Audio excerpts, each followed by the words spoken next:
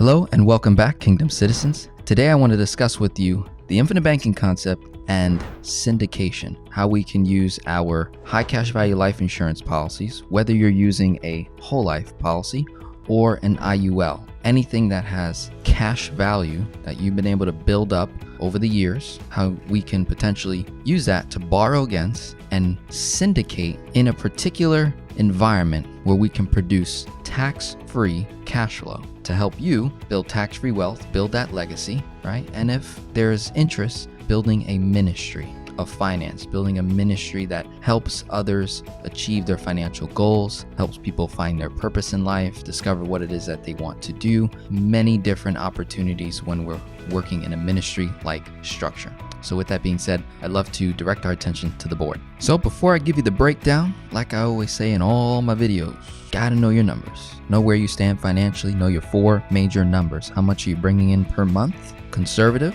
How much are you spending? Overestimate. What's your total debt? And what's that net free cash flow at the end of every month? Once you know those four major numbers, let's discuss, let's have a conversation. I provide financial coaching and consulting services, even business consulting if that's something you are looking for. This video is primarily for people who have policies in place already, or you're in the midst of designing your high cash value life insurance policy, whether you're going with a whole life or an IUL, and it doesn't matter which agent or agency or person you are personally working with, this syndication strategy with the infinite banking concept can benefit everybody, okay?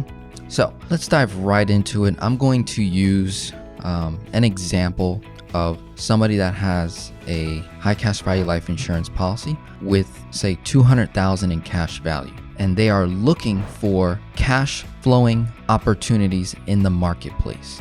And they're looking to mitigate, lower, reduce, or totally wipe out their tax liability. In this particular example here, I'm going to share some different components on the board, explaining them nice and slow, and then allowing you to do your due diligence so that you can come to the same conclusion that I came to, which is this is a phenomenal strategy to reduce my tax liability, create tax-free wealth outside of commercial jurisdiction.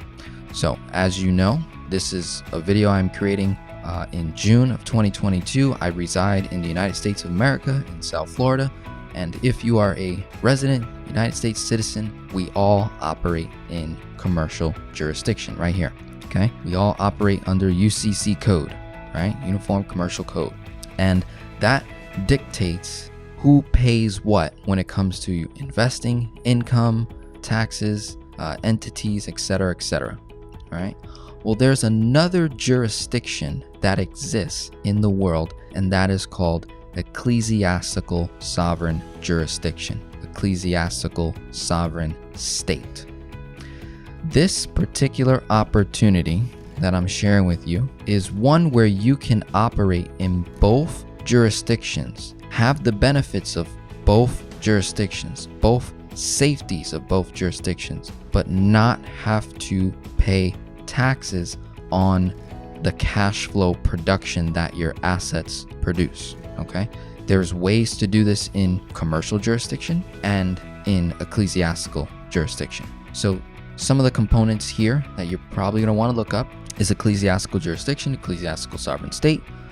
Title 26508 C1A is our legal existence within commercial jurisdiction, how we are recognized as a faith-based organization operating by rule of necessity as an integrated auxiliary trust, okay? So, which is a ministry of finance. This is a church.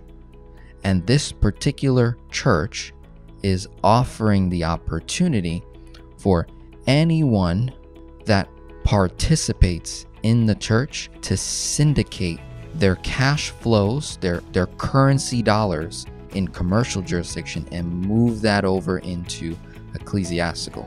The benefit there is an ecclesiastical jurisdiction.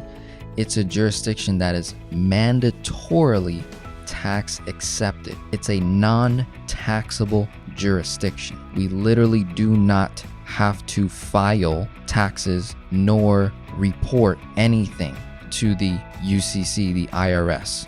So there's this separation of church and state, this separation of jurisdiction, separation of power.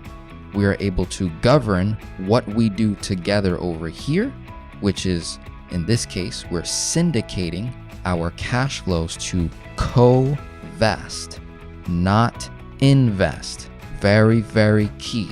We are co-vesting. We're cooperatively coming together in common unity, in a common wealth, where we agree, you don't own this, I don't own this, nobody owns it single-handedly, but rather you and I are stewards and bond servants of the ecclesia, the church, the ministry. And we have been deemed with authority to go out, make disciples, baptize, teach, educate, and grow the economic environment within that state, within that ecclesiastical state. We have the authority. I am an authorized ambassador of the ecclesia, sharing with you, teaching you, showing you how you can use tools in commercial jurisdiction where you're making your earning, you're making your wages from, and taking the cash flows, the savings, and the dollars that you're looking to multiply,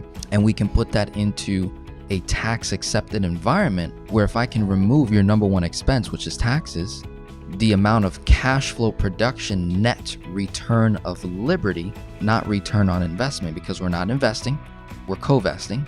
And so that's producing royalties, not income, royalties, right? Through cash flow production, let's say multifamily real estate, which is going to be my example here. So I just want to be very, very clear on that.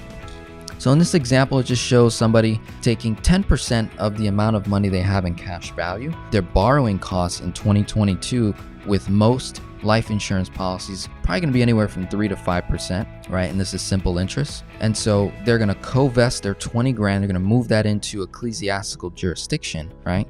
And the ecclesia, the church, the ministry of finance, is acquiring multifamily, where they're going to be able to produce 15 to 100+% return of liberty.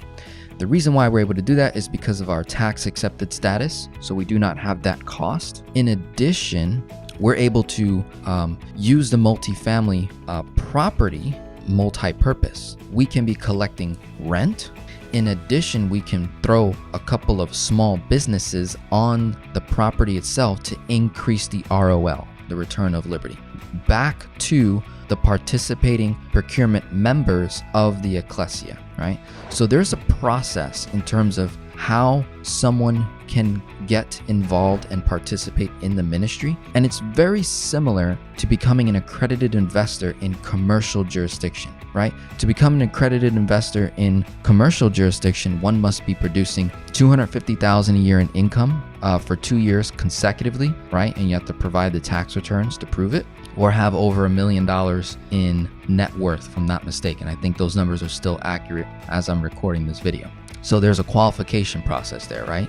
And then in addition to that, you need to have the capital to invest in whatever the asset is, right? So you need to have the income or net worth plus capital participate in that particular syndication.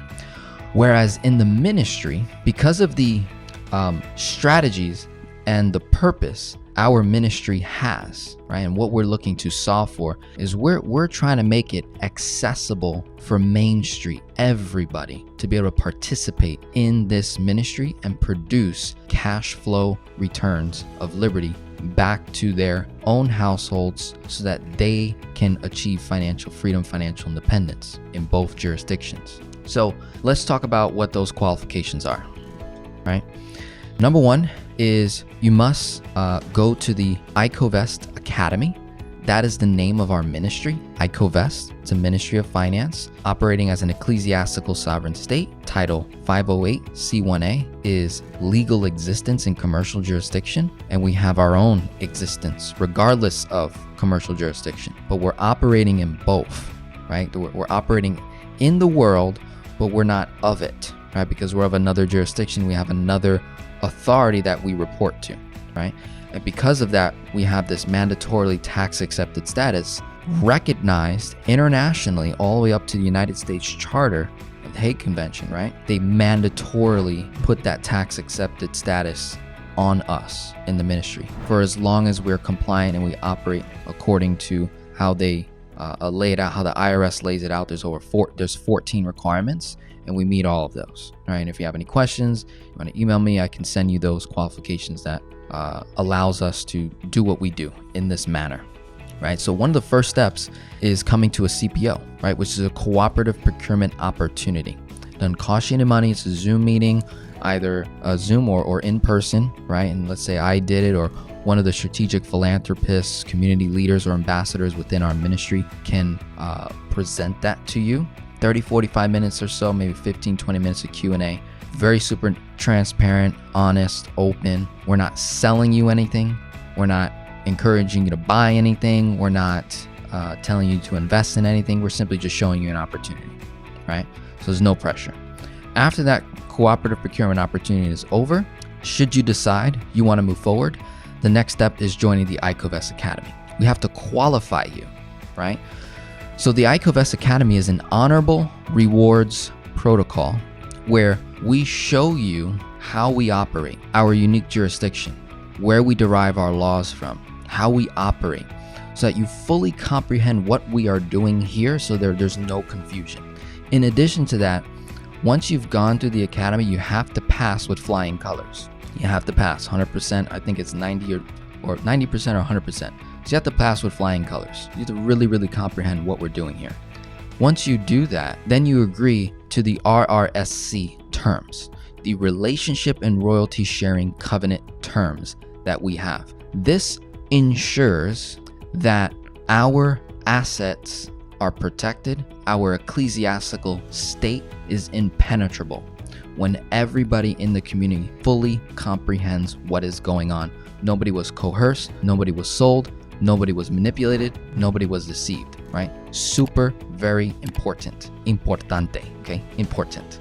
Once you've done that, that's essentially almost equal to becoming an accredited investor in commercial jurisdiction.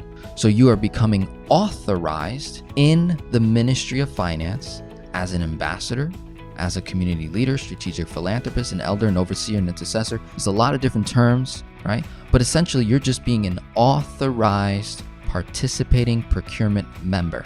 You are a bona fide participating member of the ecclesia, the church, the ministry, and all the things that are involved with it. Right, so in our particular ministry, we are syndicating to acquire a multifamily property where we can generate massive returns of liberty via royalties, right? Through a relationship, we have to have a relationship together. And because we're operating in kingdom, which is our ecclesiastical sovereign state, we're royalty. So we have a relationship, royalty, and sharing covenant that you and I both agree based on trust. So I'll just throw it on the board here so you can take your notes again and write your questions down, comment below, reach out to me if you'd like to take further action steps in terms of how you can move your dollars over here and produce higher cash flow returns of liberty so that you can achieve the goals in your personal finances and your business finances, create retirement opportunities, and really stimulate economic growth in your entire community. My name is Denzel Rodriguez, your personal finance geek of the 21st century. Have a wonderful day. God bless, and be talking soon.